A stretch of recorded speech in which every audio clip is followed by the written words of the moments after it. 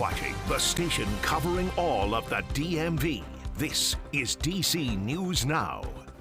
Thanks for joining us for DC News Now. I'm Randy Bass. We will get to your top stories in just a few moments, but first we get to meteorologist Jackie Layer with a quick check on our forecast. Jackie, good morning. Yeah, good morning. Well, Randy, out there later on this afternoon, we're going to be looking at that threat for some strong to severe thunderstorms, which is why there's a DMV first warn day. Some of those storms will contain those heavy downpours, and that could lead to that flash flood threat, which is why we have a flood watch that's issued for much of the area that will hold from this evening and all the way into early tomorrow morning. Then we also have that severe outlook for the day today, which just updated not too long ago. That slight risk now including much more of the area. It did just include DC and areas southward, now extending a little bit farther north to include Frederick County, Maryland, as well as back over towards Winchester, as well parts of the I-81 corridor, including that slight risk. So the storm threats for the day today, we do have that wind threat, meaning we could see some strong wind gusts with some of those stronger storms. Heavy rain will certainly still be the main threat. So again, flash flooding. Hail possible with any of those stronger storms as well. Tornado threat is low,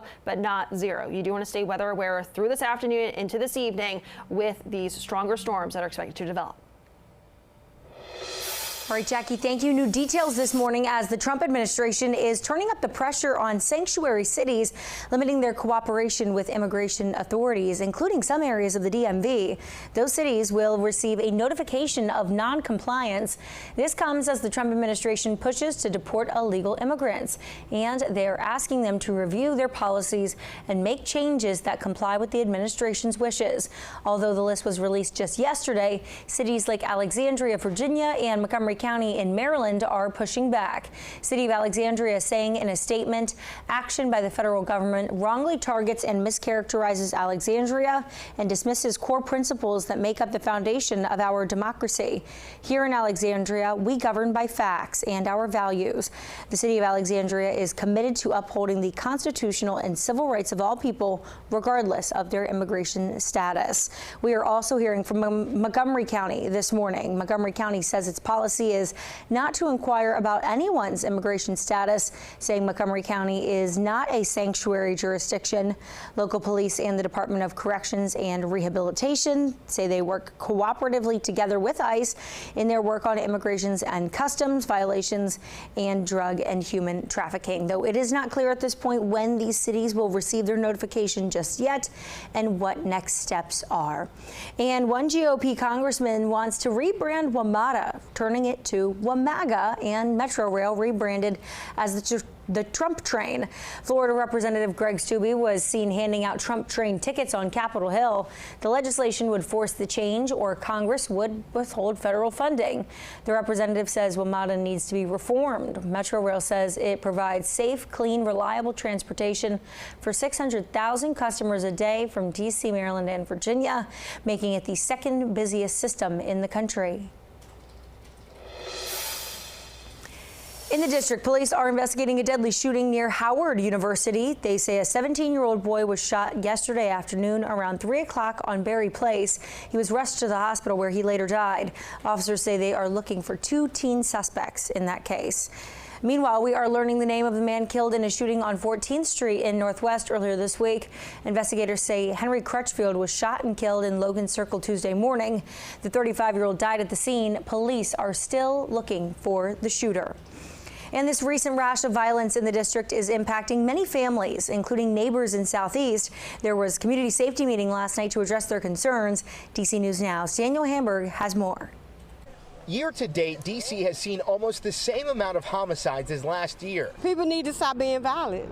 I mean, what do it prove? Nothing. This week started with a triple shooting in Congress Heights on Monday, where one person died. Some folks are living in fear. ANC Commissioner Salim Adolfo, who's running for the open Ward 8 council seat, organized a virtual meeting with fellow commissioners to find solutions. This is the opportunity for us to not reinvent the wheel, but to say, hey, if you got something that's already in place, let us know so we can share the information. Several dozen leaders and neighbors in Ward 8 logging in to discuss needs in the community. I'm happy to help in any way, whether that's mentorship, legal services, anything like that. Tangible solutions include reporting blighted buildings and abandoned cars to possibly prevent drug or gang activity.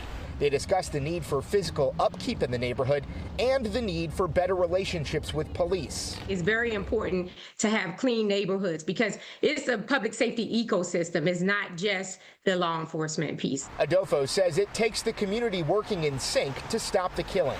This isn't gonna be solved tonight, right? It has to be a continuous conversation. We're gonna get some marching orders, and we're gonna have to come back and continuously work to refine the plan and keep working with other people. That was our Daniel Hamburg reporting. Now in downtown D.C., the Capitol Jewish Museum's doors are open again, just over a week after two Israeli embassy staffers were shot and killed there. Flowers remain outside the museum where Yaron Lashinsky and Sarah Milgram's lives are being honored. Beatrice Gerwitz, who heads the museum, says she knows people still grappling with the recent tragedy, but believes it's important for the museum to reopen now more than ever. You face anti-Semitic violence, that grows out of dehumanization of the Jewish people, and we are telling stories of Jewish lives and the richness and diversity of the Jewish world, and that seems essential, and I hope people will join us and visit the museum. The museum's board's president says work being done in the future will be dedicated to the memories of Yaron and Sarah. The suspect in the case is due back in court June 18th. He is charged with first-degree murder. And take a look at this, an unusual sight in Prince George's County, a casket left on the side of the road in Upper Marlboro. A neighbor found the casket Thursday morning near the intersection of Lord's Landing and Bishop Bequest Roads. Councilman Calvin Hawkins says he got a call about the casket. He says the person who dumped it there should be held responsible. Even though it's a casket, it is still illegal dumping. And if you see the community where they dumped it or where it was dumped, you would say this is a beautiful community. They seem to keep it up very well. You don't see a lot of debris, trash. And just to drop it there, I mean, it was in plain sight, like at that intersection. A public works crew picked up the casket and took it to a recycling location. And it's a springtime favorite, picking strawberries at area farms. But this season may be over before it even had a chance to get going at Messick's Farm Market in Fauquier County, Virginia.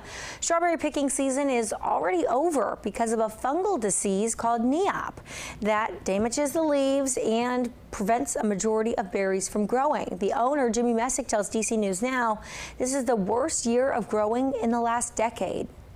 Thing that's good and sweet and fruity, you know, you're going to have pests that want to eat it as well. Right. But this new one is something that we haven't learned to cope with yet. Messick says a hotter and wetter than usual May didn't help the strawberries either, and that NEOP could be an impact up and down the East Coast. And happening now, there is help for renters and small businesses hit by severe flooding in western Maryland. That month saw heavy rain across the DMV, especially in Allegheny County. The floods left several roads closed and prompted evacuations and emergency responses. Emergency shelters are open in Allegheny and Garrett counties to those who have been impacted. We have a full list of those on our website at dcnewsnow.com. And on this DMV First Warn Day, we check in with meteorologist Jackie Layers, diving deeper into that forecast for us. Hey, Jackie. Yeah, hey there, Randy. Out there for today, you do want to stay weather aware, especially later on this afternoon and evening, as we're going to be tracking that threat for those severe thunderstorms. That severe outlook today. Now, compared to earlier this morning, this slight risk has now extended farther north. So that slight risk now includes much of the area. That's 2 out of 5 on that severe scale from the Storm Prediction Center. So as we look ahead towards later on today, some of those storms could contain those heavy downpours, leading to some flash flooding. Also hail possibility. Tornado threat is low, but not zero. That flood watch also expanded in area, now includes western Maryland as well. So the entire area in that flood watch. It is a little bit earlier. It goes into effect back out towards our westernmost areas by 4 p.m. this evening. Otherwise closer towards DC and the I-95 corridor. That goes in effect later on closer towards 7 p.m. But it still will hold till at least 6 a.m. tomorrow morning. So again, flood threat with the flash flooding potential. That is the main impact with these storms, but we still could be tracking some strong wind gusts and that hail possible. But the strongest of those storms, and like I mentioned, tornado threat is low, but not zero. So like I mentioned, you do want to stay weather aware later on this afternoon. Let's talk about timing. By 2 p.m., we have some of those storms entering our westernmost areas. High temperatures today out ahead of those storms. We'll be reaching into those upper 70s to right around 80 thanks to all that sunshine that has been breaking out across the area after some of that fog from earlier this morning. We do have those clusters of storms still around right around 5 p.m. So heads up, you could encounter some of these for that evening commute. Still be diving in and out of a few of those stronger to severe storms, even as we get towards 8 p.m. this evening. And some of these could also contain some of that hail as well out ahead of sunset. Sunset just ahead of 8:30 p.m. this evening. We'll eventually see that storm threat sliding out as we look ahead towards later on tonight. Then as we look ahead towards tomorrow, still some showers and thunderstorms around, just not quite as widespread and also not as strong as what we'll see for today. So tomorrow a little bit better, but still have some storm chances. So you still want to stay weather aware if you do have those outdoor plans for your Saturday. But it'll be a little bit cooler. We'll be back in those lower 70s out there for much of the day as those winds pick up out of the north and west. Those rainfall totals, potentially we could see anywhere between 1 to 3 inches of rainfall. Again, locally higher amounts where we do have the heavier downpours setting up. So again, keep that in mind, and that's also another reason why we do have that flood watch. So that low pressure system exits off towards our north and east into your Saturday. We do have that frontal boundary diving in from the north and west behind that low pressure system for Saturday. So that is the boundary. That's the reason why we do see that storm chance or even some shower chances for your Saturday. Sunday, we are clearing out, drier conditions. Sunday, first day of June. Yeah, it's going to be a little bit better. So we're actually going to be tracking dry conditions to start off the month of June after a wet end to the month of May. As we look ahead towards that first work week of June, though, we'll see a gradual warming trend. Could see our first 90-degree day of the year closing in on the middle of the week and towards the latter half of that 7-day forecast.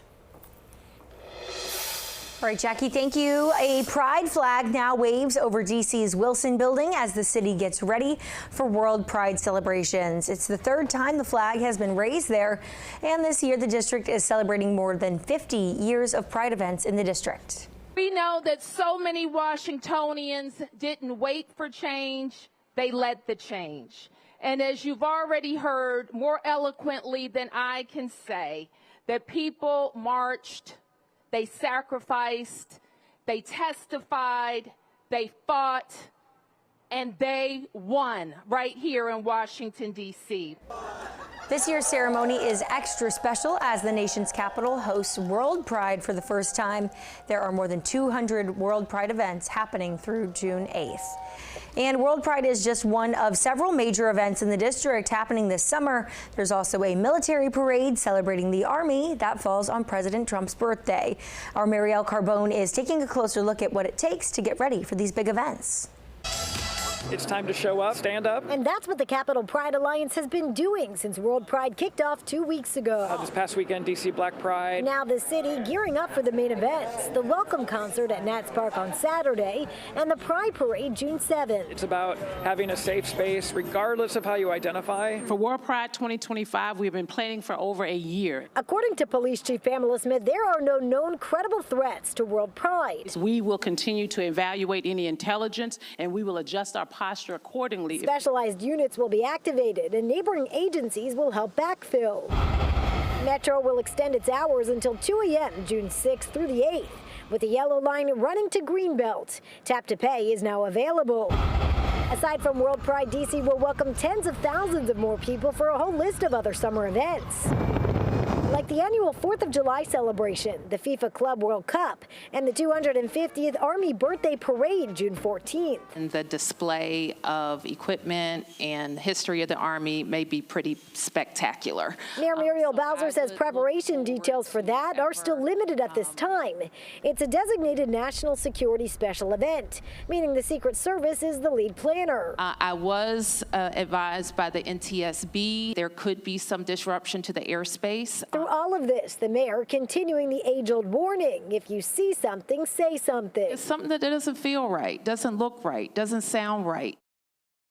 That was our Marielle Carbone reporting. According to D.C.'s police chief, starting this weekend through the end of August, you can expect to see much more high-visibility police detail around the city. And specific to Pride, D.C. has launched an info line. You can text D.C. World Pride to 888-777 to stay up to date with information. And World Pride is celebrating Youth Pride as well. There are a variety of events to attend starting today. Events take place today through June 7th. You can go to events like Pride Rising today, Youth Pride or Teen Pride Night on Saturday, the book launch on June 3rd, Proud to Teach on June 5th, and the parade watch parties on June 7th. For more information on location and signups, visit worldpridedc.org. And that's all the time we have for you this morning on DC News Now. Stick around for more news and weather coming up on DC News Now at noon.